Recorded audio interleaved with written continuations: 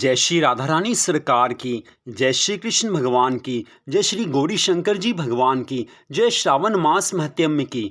मंदिर श्री बंसी वाले महात्मा यूट्यूब चैनल की ओर से आज से हम आपको श्रावण मास महत्म्य की कथाओं को सुनाने जा रहे हैं। श्रावण मास का आरंभ हो चुका है।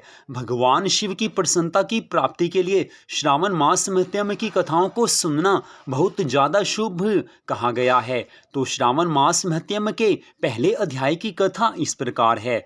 शौनक जी ने आज सूत जी महाराज जी से पूछा है कि हे महाभाग, आपके श्रीमुख से अनेक कथाएं सुनकर मुझे तृप्ति नहीं हुई, फिर भी काफ़ी कुछ सुनने की इच्छा बढ़ती जाती है, जिसके सुनने मात्र से मेरी अन्यत्र श्रवण करने की इच्छा ना हो। कुछ ऐसी कथा सुनाने की कृपा कीजिए। सूत जी महाराज कहने लगे हैं कि आप सब मुनिगण सुने। आपकी इस बात से मुझे अति प्रसन्नता हुई है और आपके लिए मुझे कोई भी गुप्त बात रखने योग्य नहीं है। दंभ रहित होना, आस्तिक बुद्धि होना, शठता ना होना, परमात्मा में भक्ति होना, सुनने की इच्छा होना, नम्रता होना, ब्राह्मण भक्त होना, सुशील स्वभाव का होना, धैर्य होना, पवित्रता होना, तपस्वी होना, दोषारोपण रहित होना, ये 12 गुण श्रेष्ठ श्रोता के कहे गए हैं। ये सब गुण आप लोगों में हैं ही।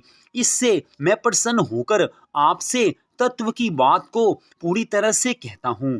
श्री सूत जी महाराज कथा का वर्णन करते हुए कहने लगे हैं कि एक बार की बात है, भगवान शिव शंकर ने सनत कुमार जी से कहा है कि हे सनत कुमार, हे सुव्रत, हे ब्रह्मा के पुत्र, आपकी सेवा भक्ति से मैं प्रसन्न हो आपसे अत्यंत गुप्त बात कहूँगा।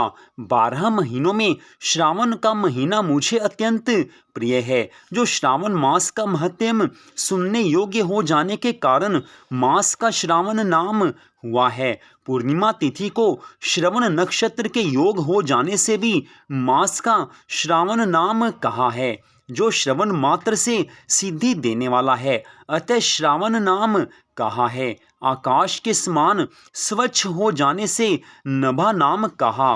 उस मास के धर्मों की गणना करने के लिए भूमि पर कौन समर्थ हो सकता है। श्रावण मास की महिमा अनंत है। श्रावण मास की महिमा का वर्णन करने में स्वयं ब्रह्मा जी भी समर्थ नहीं हैं। जिस श्रावण मास के महात्म्य को देखने के लिए देवराज इंद्र हुए, भगवान अनंत ने जिसके फल को कहने के लिए 2 सहस्त्र जीवा धारण की, अधिक कहने से क्या लाभ। इस श्रावण मास की महिमा का वर्णन करने में कोई भी समर्थ नहीं है।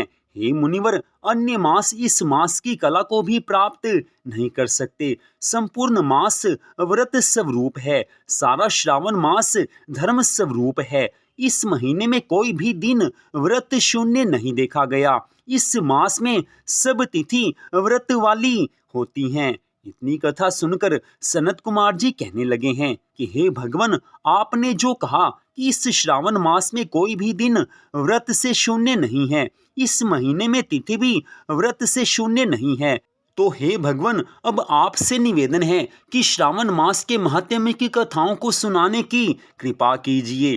कौन सी तिथि में कौन सा व्रत होता है तथा किस वार में कौन सा व्रत होता है, उस व्रत का अधिकारी कौन है और उन व्रतों के करने से किस फल की प्राप्ति होती है, कौन से व्रत की कौन सी विधि है, किस किस भक्त ने पहले ये श्रावण मास के व्रत किए हैं और उनको किस फल की प्राप्ति हुई है, किस विधि से श्रावण मास के ये व्रत रखे जाते हैं, उद्यापन विधि कौन सी है, देवता कौन है, पूज्य कौन है, पूजन सामग्री कौन कौन सी होती है, प्रधान पूजन किसका किया जाता है, रात्रि जागरण की कौन सी विधि है, किस व्रत का कौन सा समय है।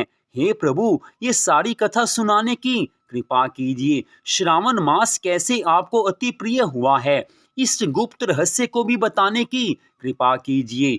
आज सनत कुमार जी भगवान शिव शंकर भोलेनाथ जी से बार बार ये निवेदन कर रहे हैं। सनत कुमार जी कहने लगे हैं कि हे प्रभु, किस कारण से श्रावण मास को पवित्रतम कहा गया है? इस श्रावण मास में कौन कौन से अनुष्ठान करने चाहिए? हे प्रभु, आप सब कुछ सुनाने की कृपा कीजिए। आपके समक्ष मुझ मूर्ख को प्रश्न करने का कितना ज्ञान हो सकता है? पूछने से जो कुछ रह गया हो वह सब सुनाने की कृपा कीजिए। हे प्रभु, हम तो आपकी शरण में हैं। आप अपनी कृपा से ही हमारे अज्ञान को दूर कीजिए और श्रावण मास की सारी कथाओं को सुनाने की कृपा कीजिए। श्रावण मास की महिमा को सुनकर हमें अनंत आनंद की प्राप्ति होगी। जब आप जैसे प्रभु हमें श्रावण मास की कथा का वर्णन करेंगे तो इससे बड़े सौभाग्य की बात और क्या हो सकती है? हे प्रभु, हम वैसे ही आपके भक्त हैं लेकिन अज्ञानी हैं। जब आप अपनी कृपा से श्रावण मास की महिमा का वर्णन करेंगे तो हमें ज्ञान की प्राप्ति होगी। हमारा मन आपके चरणों में लग जाएगा। हम तो आपके भक्त हैं लेकिन श्रावण मास की कथा की महिमा को सुनकर हमारा मन और अच्छी तरह से आपके चरणों में लग जाएगा। इसलिए हे प्रभु, श्रावण मास की महिमा की कथा को सुनाने की कृपा कीजिए। आज सनत कुमार जी ने भगवान शिव शंकर भोलेनाथ जी से बार बार ये निवेदन किया है। सनत कुमार जी के इन प्रश्नों को सुनकर भगवान शिव अति प्रसन्न हुए हैं। भगवान शिव प्रसन्न होकर कहने लगे हैं कि हे सनत कुमार जी, हे महाभाग, आप ब्रह्मा जी के पुत्र और विनम्र हैं। आप में पूर्ण श्रद्धा है। समस्त गुणों से युक्त आप अच्छे श्रोता हैं। इस कारण श्रावण मास की महिमा का वर्णन मैं आपसे अवश्य करूंगा ही करूंगा। तो आज की इस कथा का यहीं पर विश्राम होता है। श्रावण मास महत्म्य के दूसरे अध्याय की कथा को आप कल सुन पाएंगे। तो आज की इस परम सुंदर कथा को सुनने के लिए आप सबका हार्दिक धन्यवाद। आपसे इतना ही निवेदन है कि श्रावण मास में प्रतिदिन श्रावण मास महत्म्य की कथाओं को जरूर सुनें और भगवान शिव की भक्ति जरूर करें। श्रावण मास में जिसने भगवान शिव के चरणों में अपने मन को लगाया है उसे सदा ही सुख संपत्ति आनंद की प्राप्ति हुई है। तो आप सबका फिर से धन्यवाद। भगवान श्री राधा कृष्ण जी की, भगवान श्री गौरी शंकर जी की श्रावण मास की अनंत कृपा सदा आप सब पर, आपके परिवार पर बनी रहे। इसी मंगल कामना के साथ जय श्री राधा रानी सरकार की, जय श्री कृष्ण भगवान की, जय श्री गौरी शंकर जी भगवान की, जय श्रावण मास महत्म्य की। ओम नमः शिवाय। जय जय श्री राधे, जय जय श्री राधे, जय जय श्री राधे श्याम।